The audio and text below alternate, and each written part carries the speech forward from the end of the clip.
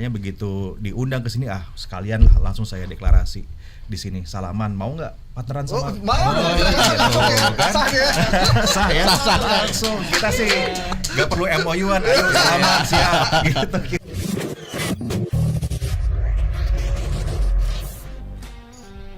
Assalamualaikum warahmatullahi wabarakatuh. Apa kabar teman-teman semua? Semoga kabar Anda baik. Kabar kami juga di studio baik. Kembali lagi di program ngeri tapi mantap, viral tapi hoax. Ini program yang tidak biasa karena hari ini hari yang spesial. Karena kita selamat ulang tahun. Selamat ulang tahun. Viral tapi hoax berulang tahun yang pertama. Kita mengudara 25 Oktober lah ya, sekitar 25, dan sekarang tanggal 25 pas kita berusia 1 tahun. Dan terima kasih buat semua teman-teman, pendengar, netizen, siapapun, sahabat, musuh, teman-teman yang suka bikin hoax, yang suka WA gelap di malam hari, para judol yang sering menyerang kita, ya kita tetap sama-sama berjuang di jalur masing-masing. Dan kita kali ini tetap akan membedah beberapa peristiwa, informasi yang beredar di masyarakat dan juga pasti ada di handphone Anda. Dan saya tidak sendiri karena saya bersama dengan sahabat saya Bang Asnil Bamane Amri, penulis fakta dari AJI Indonesia. Kita beri aplaus dulu buat Bang Asnil. Halo Bang Ai, apa kabar? Sehat-sehat ya? Alhamdulillah. Sendirian aja nih? Oh enggak, sekarang kita ada tamu spesial nih. Dan yang berikutnya saya punya tamu spesial juga. Beliau adalah apa ya kita sebutnya? Ini sebenarnya salah satu orang yang menjadi inisiator program ini sebenarnya. Berapa tahun lalu kita sambut Prabowo Revolusi. Pelanggaran nih, udah dikasih kaos. Pelanggaran. Cetaknya cuma 2. Kelihatan ini kaosnya lama nih. Cuci berapa kali? Beliau adalah Dirjen IKP ya, Informasi dan Komunikasi Publik. Yang baru punya menteri baru ya. Menteri baru, kementerian baru. Kenapa beliau hadir sini ya?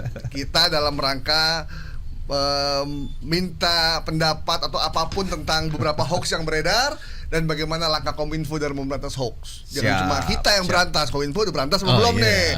Jangan judul aja dong gitu. Hoax ada nggak diberantas? Tadi kita tanya ya. Oke. Mas Prabowo, thank you udah hadir. Siap. Di tengah kesibukan yang luar biasa. Iya, demi Mas Gaib iya, lah. Kita panggilnya Pak atau Mas nih? Jangan Pak dong. Mas aja lah, Mas aja. Jangan Pak, Pak itu yang ke Magelang. Oh iya. Kalau yang nggak ke Magelang jangan. Iya. Kalau Pak yang ke Magelang, lagi pakai seragam. Lagi pakai seragam, siap. Berarti nggak ada menterinya bebas nih dia. Menterinya lagi di sana, mudah-mudahan nggak denger nih. Oke, Mas, sebelum kita bedah satu informasi ya. Sebenarnya kemarin ada pertanyaan tuh, kenapa kok Kominfo tidak men-take down akun yang udah jelas-jelas bikin hoax? Kita udah banyak sekali bedah hoax, dan apa yang udah dilakukan oleh Kominfo? Karena beberapa bulan ini judul terus yang kelihatannya kenceng gitu. Padahal hoax juga ada nggak sih sebenarnya? Ada banyak. Kalau lihat laporannya sebulan kali kita bisa take down 400-500 akun dan konten.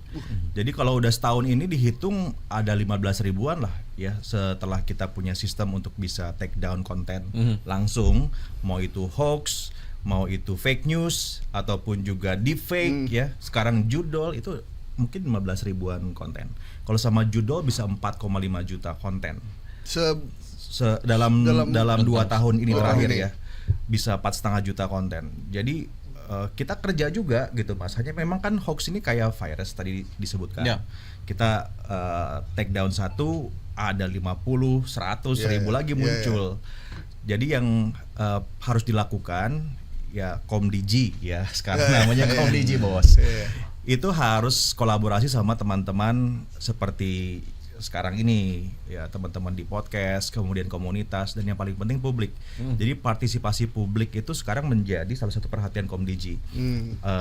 Tahun ini ya, dengan momentum perubahan kementerian yang dilakukan oleh Pak Presiden, kita memasukkan partisipasi publik ke salah satu SOTK di Kementerian Komunikasi dan Digital.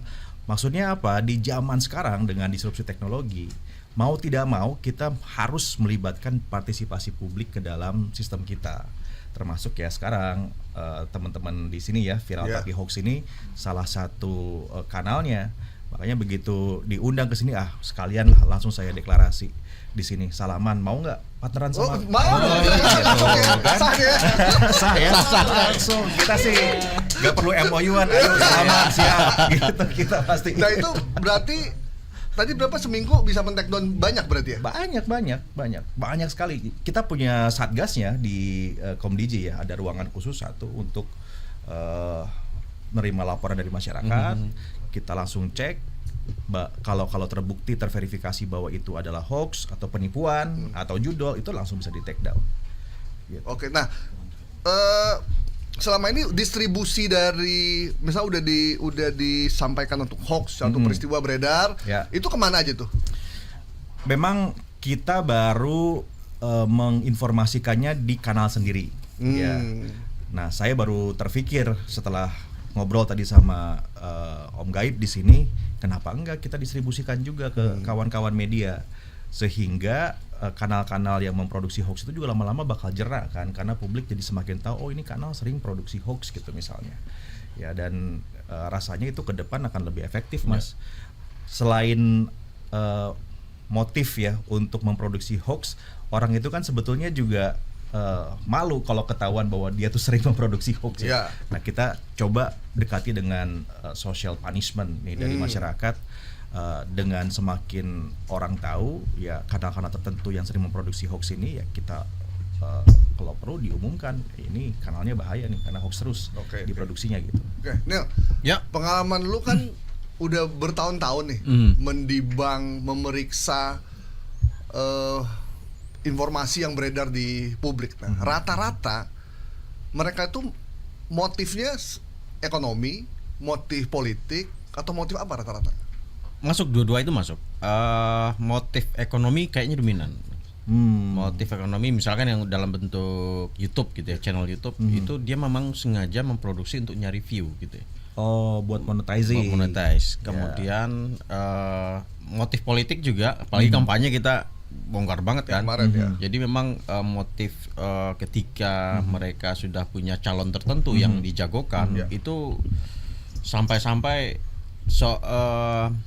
media sosial yang mereka gunakan itu sudah menjadi media propaganda gitu ya. Untuk mengkampanyekan jagoannya. Nah, itu terjadi tidak hanya sehari dua hari. Setelah terpilih pun narasi apapun yang sesuai dengan keyakinan dia walaupun faktanya berbeda itu tetap diproduksi. Sampai sekarang masih ada misalkan. Masih terjadi itu. Jadi motif politiknya memang sama. Satu kesehatan. Kesehatan sampai sekarang itu masih. Oh, maksudnya informasi tentang kesehatan yang hoax gitu ya. Salah lah ya, informasi salah gitu ya. Ada yang salah, ada yang mispersepsi gitu ya. Misalkan ada juga yang kemudian seperti mantan Menkes Pak Terawan itu seringkali jadi tayang, mereka dibikin di fake gitu ya. Pakai AI, seolah-olah itu adalah suara Pak Terawan, seolah-olah dia yang ngomong, dan itu menganjurkan untuk di hoax kesehatan juga kebanyakan ini ya, teori konspirasi ya. Teori konspirasi. Tapi kalau teori konspirasi agak susah karena justifikasi hoaxnya kan harus betul-betul dipertanggungjawabkan gitu ya. Tapi kalau di fake itu kita bisa langsung take down, Bos. Jadi sebetulnya ya platform dan Komdiji itu sudah punya kesepakatan. Kita sudah punya sistem bahkan namanya SAMAN, Sistem Informasi Pelaporan. Artinya kalau misalnya kawan-kawan punya informasi ataupun juga publik punya informasi hoax ya, di fake, misinformasi dan semacamnya, bisa langsung diinformasikan.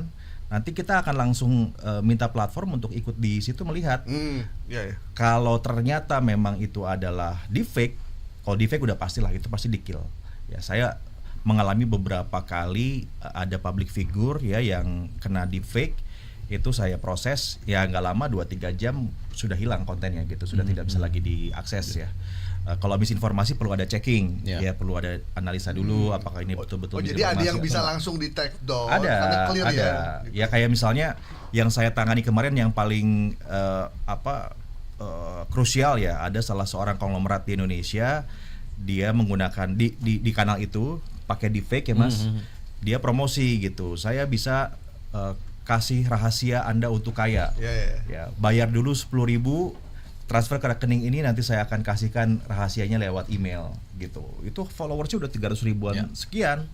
Nah kami dapat laporan langsung nggak lama ke sistem, masuk ke platform pun langsung take down. Karena mereka juga sebetulnya punya komitmen untuk bisa meminimalisasi hoax, deepfake, judul dan semacamnya. Masalahnya adalah bahwa ada keterbatasan dalam hal pertama pelaporan gitu ya. Kita punya capacity untuk bisa langsung take down sekian banyak konten, tapi kan kita nggak bisa asal take down harus ada pelaporan. Nah kalau sudah ada pelaporan baru kita bisa melakukan aksinya gitu ya, untuk take downnya.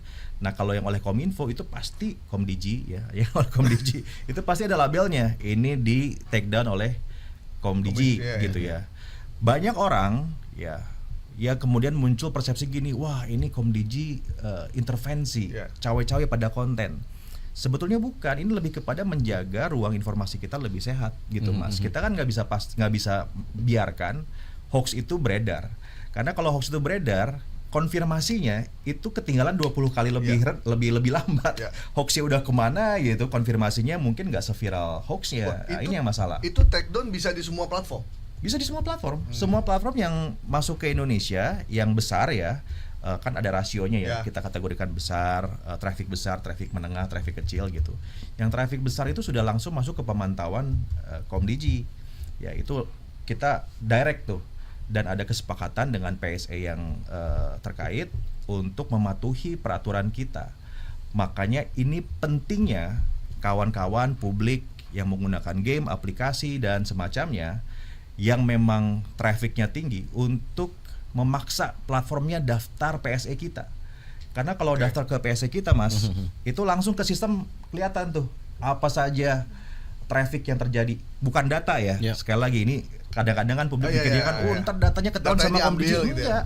Kita nggak bisa membuka data kecuali kalau ada kejahatan atau terorisme dan semacamnya, itu kita baru bisa meminta platform untuk membuka datanya. Tapi di luar itu Komdigi dan juga platform sama-sama menyepakati ruang private itu.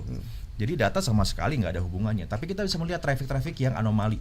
Kan kalau traffic yang anomali itu tiba-tiba tinggi gitu kan trafficnya. Ini ada masalah nih, kita coba cek apakah ini hoax atau bukan hoax gitu ya. Kalau bukan hoax ya kita pasti biarin. Tapi kalau sudah terlihat itu hoax ya sudah pasti kita tindak lah. Sama kayak kerja kepolisian di Republik ini gitu ya. Kalau ada kerumunan kan pasti polisinya datang dong gitu kan buat melihat. Nah kami juga punya mekanisme seperti itu untuk melihat traffic yang aneh-aneh gitu, yang anomalitas. Nah kita akan datang untuk checking. Jadi kalau saja kerjasama sama publik ini bisa terjadi dengan lebih cair nih Mas, kasih informasinya aja, mau lewat WhatsApp, mau lewat siapa, lewat DM. Ini beberapa link judul ini datangnya ke saya lewat DM bos. Lewat DM ya udah saya langsung forward ke tim. Itu dicek nggak lama turun, nggak lama take down. Gitu. Jadi masyarakat bisa kalau dirinya dikena hoax atau dia melihat ada hoax, dia bisa melaporkan ke Kominfo ya. Bisa. Gimana cara melaporkannya nanti dulu. Jadi jangan kemana-mana, tetap standby. Ini penting nih. Ada ininya, iklannya. Bukan. Kirain udah ada iklan. Belum ada iklannya. Ya udah ntar kita kasih iklan. Kalau bisa kayak donor darah tuh, yang banyak ngelaporin hoax dapat ini kan, insentif. Dapat insentif. Cashback. Jadi Anda yang ingin melaporkan, bagaimana caranya, ke siapa? Nanti kita mau bahas satu informasi yang lewat dulu untuk kita bedah ya. Ini nanti biar Mas Prabu lihat nih.